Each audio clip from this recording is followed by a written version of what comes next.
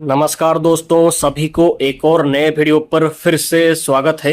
तो आज हम जानेंगे आने वाले 7 दिनों तक कहां पर कैसी बारिश का संभावना है, टेम्परेचर कैसा रह सकता है और जीएफएस मॉडल का 15 दिनों का फोरकास्ट पर भी डिस्कस करेंगे और मॉनसून कहां तक पहुंचा है और केरला पे मॉनसून कब तक पहुंच सकता है। इसके साथ लो प्रेशर सिस्टम कब फॉर्मेशन कर सकता है, ये सब चीज पर डिस्कस करेंगे वीडियो पे। तो वीडियो को लाइक और शेयर करके चैनल को सब्सक्राइब जरूर करें और अधिक जानकारी ऐसे ही पाने के लिए। तो आज 14 मई है और ये आज का सैटेलाइट का कंडीशन है। इसमें आप देख सकते हैं कि फाइनली दक्षिणी पश्चिमी मानसून दक्षिणी बंगाल की खाड़ी, दक्षिणी अंडमान सी के साथ निकोबार आइलैंड और नॉर्थ अंडमान सी के कुछ हिस्सों पे पहुंच चुका है। सामान्य से काफी पहले मानसून ने दस्तक दे दिया है। यहाँ पर आप मानसून का लाइन को साफ साफ देख सकते हैं और कंडीशंस फेवरेबल है कि आने वाले 72 घंटे के अंदर यानी कि 16 से 17 मई तक दक्षिणी पश्चिमी मानसून और भी आगे प्रोग्रेस कर सकता है। खास करके दक्षिणी बंगाल की खाड़ी का बचा हुआ हिस्सा के साथ पूरा अंडमान निकोबार आइलैंड के साथ पूरा अंडमान सी और सेंट्रल बे ऑफ बंगाल का कुछ हिस्सों तक मानसून कवर कर सकता है 17 मई तक। इसके लिए कंडीशंस अच्छा है और जो कंडीशन है उसको देखकर ऐसा दिखाई दे रहा है कि 22 से 23 मई तक उत्तर पूर्वी भारत के राज्यों के साथ साथ 27 मई तक केरला पे भी मानसून पहुंच सकता है और ये सभी हिस्सों पे प्री मानसून बारिश का एक्टिविटीज बढ़ सकता है आज से ही और भी। तो सैटेलाइट पे आप देख सकते हैं कि सौराष्ट्र से लेकर ईस्ट सेंट्रल और नॉर्थ ईस्ट अरबियन सी तक एक ट्रॉप लाइन अभी भी एक्टिव है। इसके साथ उत्तराखंड, पूर्वी उत्तर प्रदेश, बिहार, नॉर्थ ईस्ट आसाम के साथ साउथ अंडमान के ऊपर अपर लेवल पर एक साइक्लोनिक सर्कुलेशन सक्रिय है और पूर्वी उत्तर प्रदेश से लेकर बिहार से होते हुए, छत्तीसगढ़ से होते हुए उड़ीसा तक एक और ट्रॉप लाइन भी फैला हुआ है। इसके साथ विदर्भ से लेकर नॉर्थ केरला और कर्नाटका से लेकर मराठवाड़ा तक एक और ट्रॉप लाइन भी फैला हुआ है। तो ये सब कंडीशन के चलते कहाँ पर कैसी बारिश हो सकता है, चलिए इस पर बात करते हैं। तो सबसे पहले उत्तर पूर्वी भारत के बारे में बात करेंगे। तो उत्तर पूर्वी भारत के राज्यों पे आने वाले 7 दिनों तक कंटिन्यूसली आंधी तूफान और भारी बारिश का आशंका दिखाई दे सकता है। खास करके अरुणाचल प्रदेश, नागालैंड, मणिपुर, मिजोरम और त्रिपुरा के हिस्सों पे 14, 15, 16, 17 और 18 मई को भारी बारिश का आशंका दिखाई दे सकता है और साथ ही असम और मेघालय के कई इलाकों में भारी से अति भारी बारिश का आशंका दिखाई दे सकता है 14 से 18 मई तक।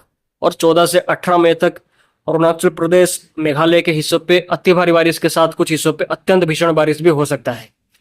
और पश्चिमी भारत के बारे में बात करेंगे तो पश्चिमी भारत के राज्यों पे का जो कोंकण, गोवा, मुंबई, मध्य महाराष्ट्र, मराठवाड़ा के हिस्सों पे 14, 15, 16, 17 और 18 मई को थंडरस्टॉर्म के साथ बारिश का आशंका दिखाई दे सकता है। और आज गुजरात, मध्य महाराष्ट्र, मराठवाड़ा के हिस्सों पे आंधी तूफान और बारिश का आशंका दिखाई दे सकता है। और दक्षिणी भारत के बारे में बात करेंगे तो coastal Andhra Pradesh, Yanam, Rayalaseema, Telangana, interior Karnataka, Tamil Nadu, Puducherry, Karaikal, Kerala, coastal Karnataka, Lakshadweep के हिस्सों पे 14, 15, 16, 17 और 18 मई को थंडरस्टॉर्म के साथ बारिश का आशंका तेज हवा के साथ हो सकता है। और साथ ही तमिलनाडु, पुडुचेरी, कराईकल, कोस्टल आंध्र प्रदेश, कर्नाटका, कोस्टल कर्नाटका, यानम, रायलसीमा, केरला, माहे के हिस्सों पे भारी बारिश का आशंका दिखाई दे सकता है आने वाले 7 दिनों तक। और पूर्वी भारत के साथ मध्य भारत के बारे में बात करेंगे तो मध्य प्रदेश, विदर्भ के साथ वेस्ट बंगाल, सिक्किम, बिहार, झारखंड, उड़ीसा के हिस्सों पे आज से 18 मई तक तेज हवा के साथ बारिश का आशंका, हल्की से मध्यम बारिश हो सकता है। और विदर्भ के साथ छत्तीसगढ़, बिहार, वेस्ट बंगाल के हिस्सों पे आंधी तूफान का एक्टिविटीज 15 और 16 मई को दिखाई दे सकता है।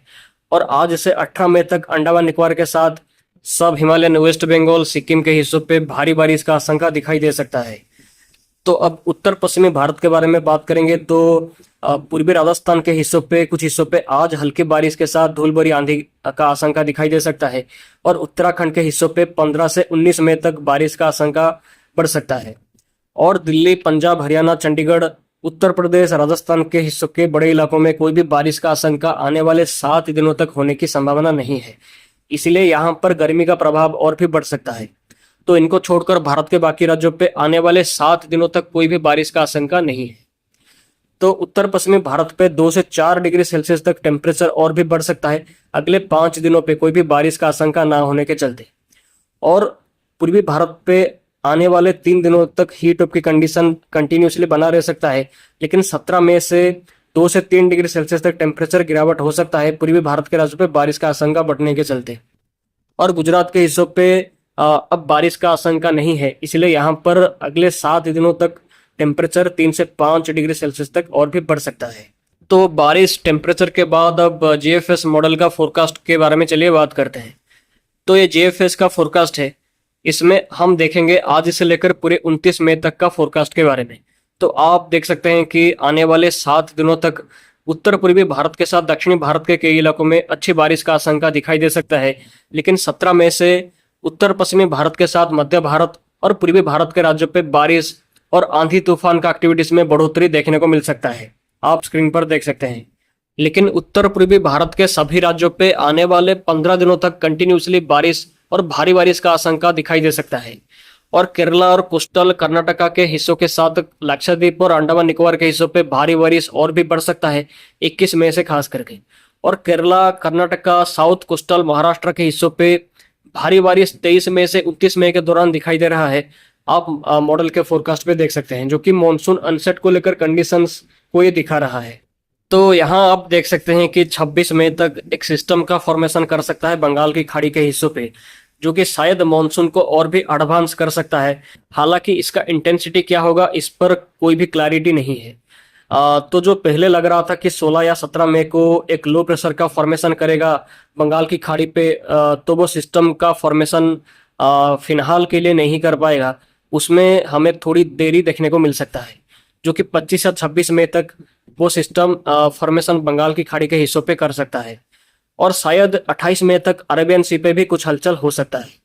तो सिस्टम के बारे में जो लेट में फॉर्मेशन करेगा उसका इंटेंसिटी क्या होगा इस पर 2 से 3 दिनों के बाद थोड़ा क्लैरिटी मिल सकता है, लेकिन ज़्यादा इंटेंसिटी होने की संभावना फिलहाल के लिए लो है। तो दोस्तों आज के वीडियो पे इतना ही। चैनल को सब्सक्राइब जरूर करें अधिक जानकारी ऐसे ही पाने के लिए, और आप मेरे व्हाट्सएप चैनल को ज्वाइन कर सकते हैं और भी ज़्यादा जानकारी पाने के लिए। लिंक आपको पिन कमेंट में मिल जाएगा। धन्यवाद और आप सभी का दिन शुभ हो। फिर मिलते हैं अगले वीडियो पे। बाय।